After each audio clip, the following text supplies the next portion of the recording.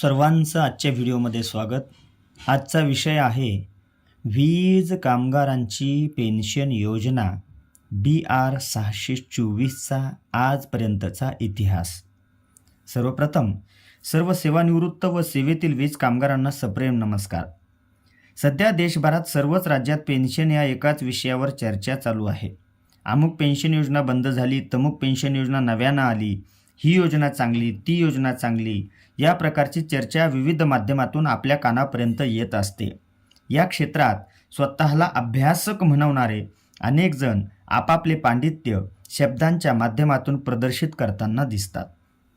या सगळ्या चर्चा ऐकून, पाहून, वाचून आज ना उद्या वीज कामगारांनाही मोठ्या रकमेची पेन्शन सुरू होईल या आशेने सरकार पातळीवर होणाऱ्या घडामोडींकडे डोळे लावून बसलेले आहेत. म्हणतात ना, दुरून डोंगर साजरे. चर्चा दिल्लीत होतात, परंतु त्याचा आनंद आपल्या अंतःकरणात होत असतो. पेन्शनच्या रकमा ऐकल्यानंतर त्या प्रत्यक्षात मिळणार आहे का, याचे उत्तर निदान वीज कर्मचारी म्हणून आपल्यापैकी कोणीही ठामपणे देऊ शकत नाही. परंतु जरा थंड डोक्याने विचार केल्यावर आपल्याला हे लक्षात येईल की वीज कामगारांचं एवढं नुकसान इतर कोणाचंही झालेलं नाही. मध्यंतरी EPS 95 हायर पेन्शन योजनेत सहभागासाठी फॉर्म भरण्यात आले. किती लोकांना फॉर्म भरता आले हो?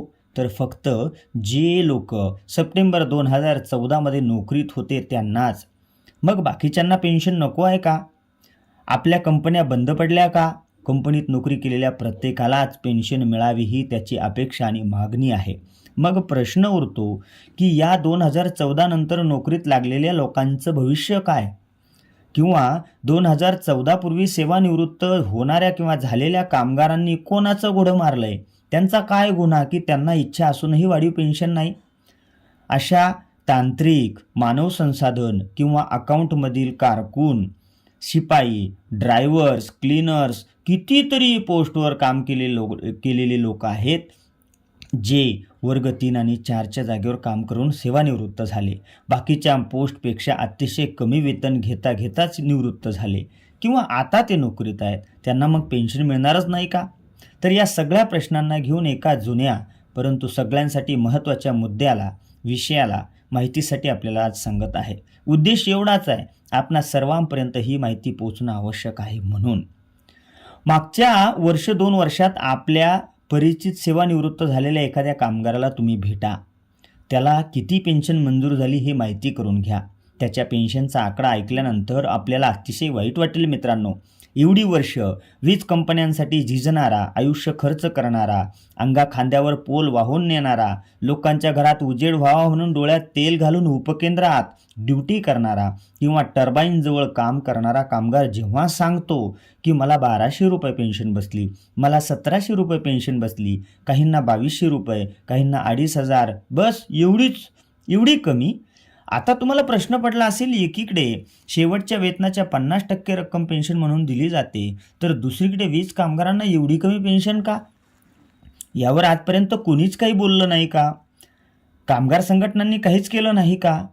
काही लढा कमी पडला का? किंवा काय केलं म्हणजे आपल्यालाही तशी पेन्शन मिळेल जी की सन्मानजनक असेल? तर वीज कामगारांच्या पेन्शनचा विषय सध्या माननीय हायकोर्ट नागपूर यांच्या खंडपीठात दाखल झालेला आहे. यासाठी सेवानिवृत्त बांधव मोठ्या आशेनं परंतु तितक्याच ताकदीने हा लढा देत आहेत मित्रांनो. हा लढा जेव्हा सुरू झाला तेव्हा जे सोबतीला होते त्यातील अनेक जण पेन्शनची वाट पाहता पाहता हे जग सोडून निघून गेले. परंतु अजूनही जे राहिले त्यांचा न्यायदेवतेवर विश्वास आहे, कारण हा लढा उभा करण्यात त्यांनी घेतलेली मेहनत आणि सेवानिवृत्त वीज कामगारांची भक्कम साथ आणि बाजू त्यांच्या सोबत आहे आणि या भांडवलावर ते लढत आहे. आज त्यांच्या लढ्याची आजपर्यंतची माहिती व भविष्यात होणाऱ्या घडामोडी याचा वीज क्षेत्रावर होणारा परिणाम थोडासा समजून घेऊया. मित्रांनो, आपल्याला हे माहीत नसेल की 16/11/1995 रोजी सुरू झालेली EPS 95 ही केंद्र सरकारची पेन्शन योजना वीज मंडळ कर्मचाऱ्यांसाठी अजिबात हिताची नाही. मी वरती सांगितल्याप्रमाणे 1700, 1200, 1500, 2000 या प्रमाणे अतिशय कमी रकमेची पेन्शन यामध्ये मिळते. तत्कालीन वीज मंडळाने राज्य सरकारच्या धर्तीवर म्हणजेच शेवटच्या बेसिकच्या 50% आणि त्यावर पूर्ण महागाई भत्ता, हो मित्रांनो, शेवटच्या बेसिकच्या 50% आणि त्यावर पूर्ण महागाई भत्ता अशा प्रकारची उत्तम पेन्शन योजना तयार केली होती.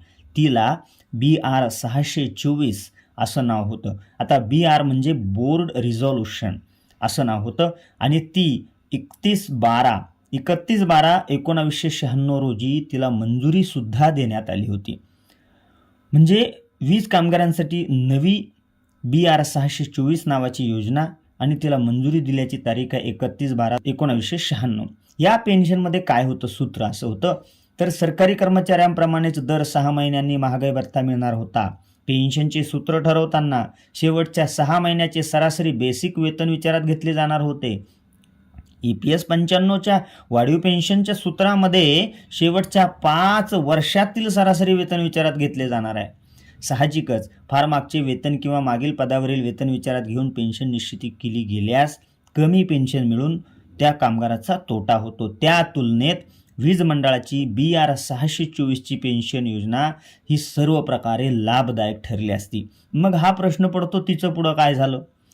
तर ज्यांनी या योजनेला मंजुरी दिली त्यापैकी काही जण सेवानिवृत्त झाले, तर काही जण इतर ठिकाणी बदलीवर गेले. पुढे वीज प्रशासन जाणून बुजून त्यांनीच मंजूर केलेली पेन्शन योजना लागू करण्यास टाळाटाळ करू लागलं. दिवसेंदिवस सेवानिवृत्त होणाऱ्या कामगारांची संख्या वाढत चालली होती. कामगार संघटनांनीही जोर लावला, पण प्रशासन BR 624ची योजना लागू करण्यास तयार झालं नाही. कोणत्याही कामगार संघटनेत त्या संघटनेच्या नियमानुसार सभासद होता येते म्हणून आजही वीज उद्योगातील अनेक संघटनांच्या मुख्य पदावर सेवानिवृत्त कामगार कार्यरत आहेत, पण त्यांना सुद्धा सेवानिवृत्तीनंतर BR 624 वीज प्रशासनाने मंजूर केलेली पेन्शन लागू झालेली नाहीये. मित्रांनो, वीज मंडळाने पेन्शन मंजूर करूनही काही कामगार संघटनांना जुन्या पेन्शन योजनेचा आग्रह होताच. म्हणून आता जुनी पेन्शन योजना मागच्या व्हिडिओमध्ये आपण ती सविस्तर पाहिलेला आहे, ज्यामध्ये पूर्ण जबाबदारी ही शासन किंवा त्या कंपनी प्रशासनानं घ्यायची असते आणि म्हणून आपल्या कंपनी जुनी पेन्शन योजनेला कधीही प्रशासनाकडून होकार मिळालेला नव्हता. त्याऐवजी पर्याय म्हणून BR 624 आली होती, जिला त्यांनी मंजुरी दिली, परंतु लागू करण्यास टाळाटाळ करत होते. म्हणून तर काही संघटनांचा जुन्या पेन्शनसाठी आग्रह होता आणि म्हणून त्यांनी BR 624लाही विरोध केला. वीज मंडळाने सुद्धा या विरोधामुळे पेन्शनची अंमलबजावणी सुरू केली नाही. त्यामुळे ती पेन्शन योजना सुरू होण्यासाठी 1997 पासून ज्येष्ठ अभियंता श्री BK करंदीकर यांनी पुढाकार घेतला आणि वीज मंडळाशी पत्रव्यवहार सुरू केला. मात्र अनेक वर्ष पाठपुरावा करूनही वीज मंडळाने त्याकडे लक्ष दिलं नाही. त्यामुळे नाईलाजाने सेवानिवृत्त झालेल्या कामगारांनी मोठ्या संख्येने एकत्र येऊन सेवानिवृत्तांची निवृत्त वीज कर्मचारी संघटना नावाने एक संघटना काढली. या संघटनेत सेवानिवृत्त झालेल्यांना सभासद करून घेतले जाते. पुढे या संघटनेने नाईलाजाने 2001च्या सुमारास मुंबई हायकोर्टाच्या नागपूर खंडपीठात वीज मंडळाविरुद्ध याचिका दाखल केली. त्यात BK करंदीकर आणि साहेबराव चरडे हे मुख्य पदाधिकारी होते. 2001ला दाखल झालेल्या केसचा निकाल तब्बल 17 वर्षांनी म्हणजेच 2017 साली लागला.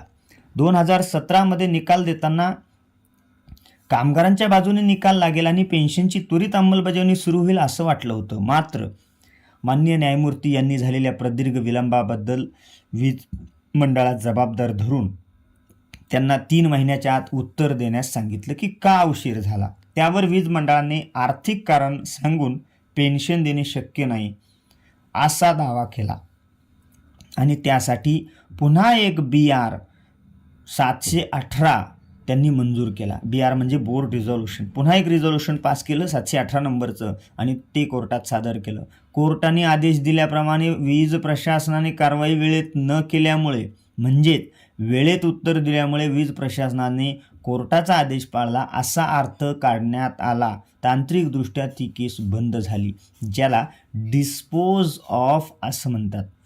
मात्र केस डिसमिस झाली नव्हती. आधीच्या आदेशामध्ये कोर्टाने वीज प्रशासनाला पेन्शनची अंमलबजावणी त्वरित करा अशा शब्दात आदेश दिलेला नव्हता. त्याचा गैरफायदा घेऊन वीज प्रशासनाने पेन्शन देणे टाळले. मात्र त्या आदेशात असंही म्हटलं होतं की पक्षकारांनी म्हणजे निवृत्त वीज कर्मचारी संघटनांनी भविष्यात केव्हाही कोर्टात दाद मागावीशी वाटली तर ते मागू शकतात. त्यानुसार या निवृत्त कामगारांच्या संघटनेने या प्रकरणी पुनर्विचार याचिका 2018 दाखल केली. या केसचा नंबर 5745/2018 असा आहे.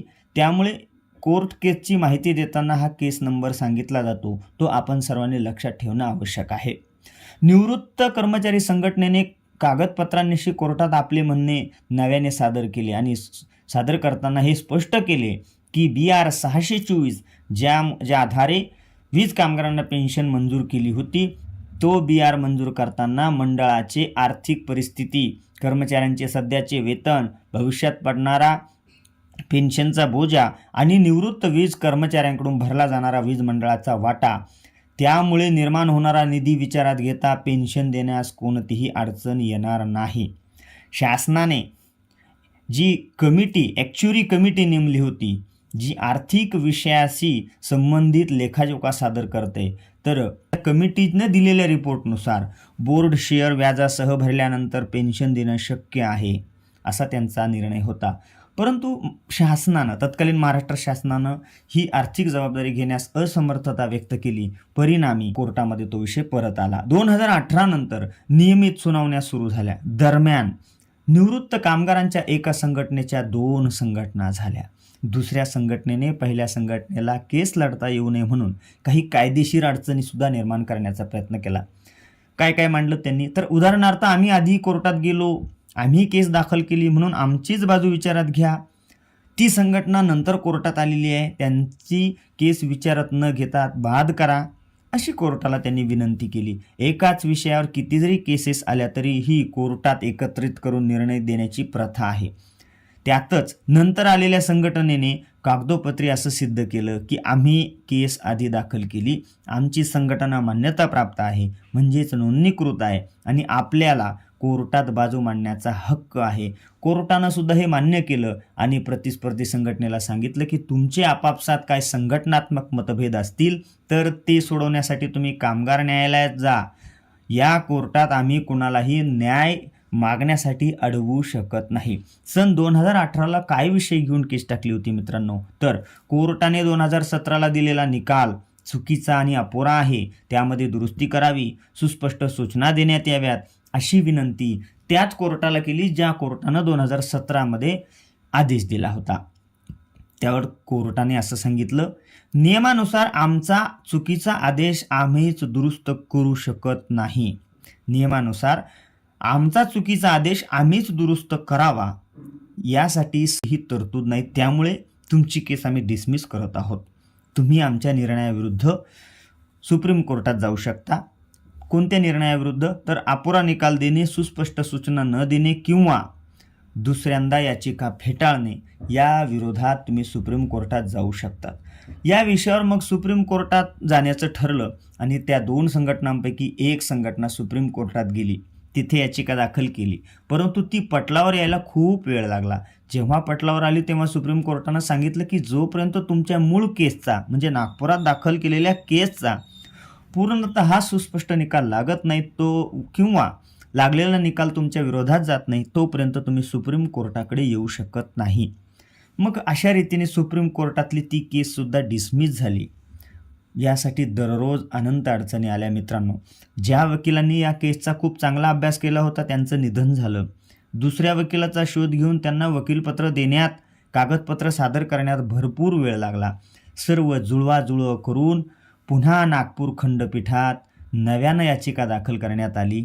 तिचा मी नंबर वरीलप्रमाणे सांगितला होता.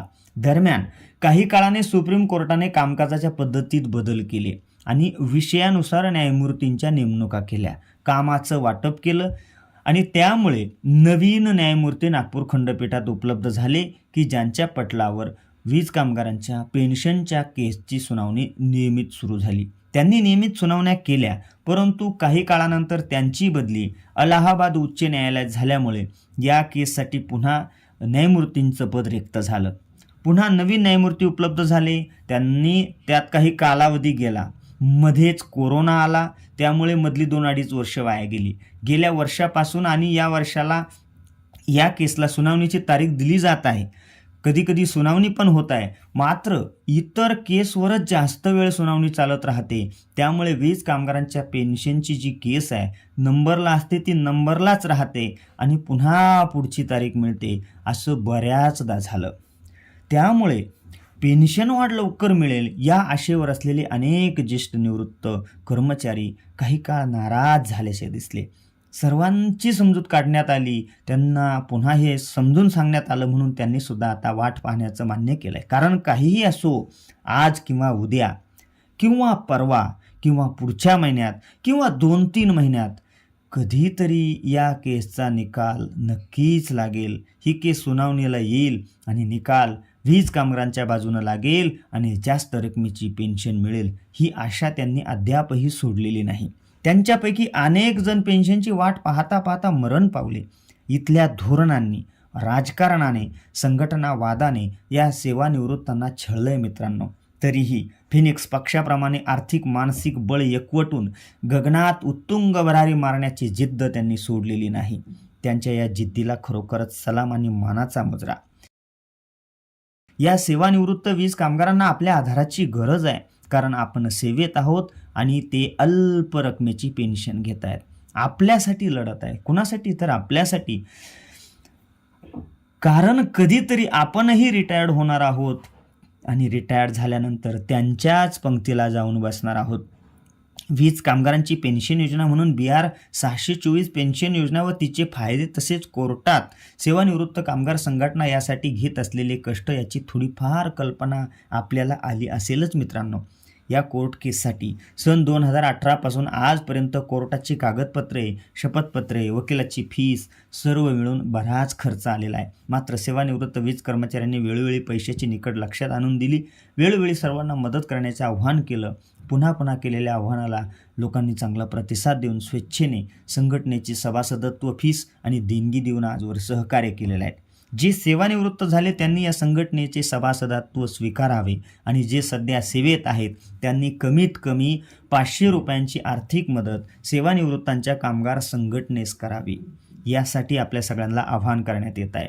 ही संघटना नोंदणीकृत असून तिचा नोंदणी क्रमांक 000070/2018 असा आहे. या संघटनेचे अध्यक्ष माननीय साहेबराव चरडे हे आहेत.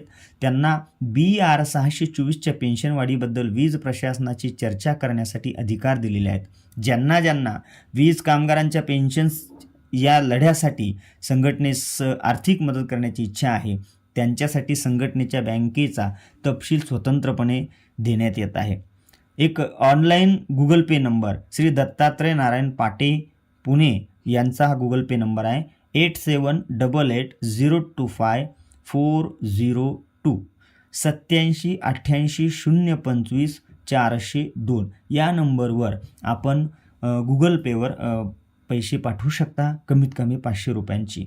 मित्रांनो, यांच्या खात्यात गेलेल्या पैशानंतर या पैशाची रीतसर पावती आपल्यापर्यंत पोहोचणार आहेत. माझी सेवेतील सर्व वीज कामगारांना मदत करण्यासाठी विनंती आहे, आव्हान आहे. आजच्या व्हिडिओचा उद्देश वीज कामगारांच्या पेन्शनविषयी सुरू असलेल्या घडामोडी सर्वांपर्यंत पोहोचाव्यात हाच आहे. कारण आज ना उद्या आपल्यालाही त्या घरी जायचं आहे, कारण आपणही निवृत्त होणार आहोत. धन्यवाद.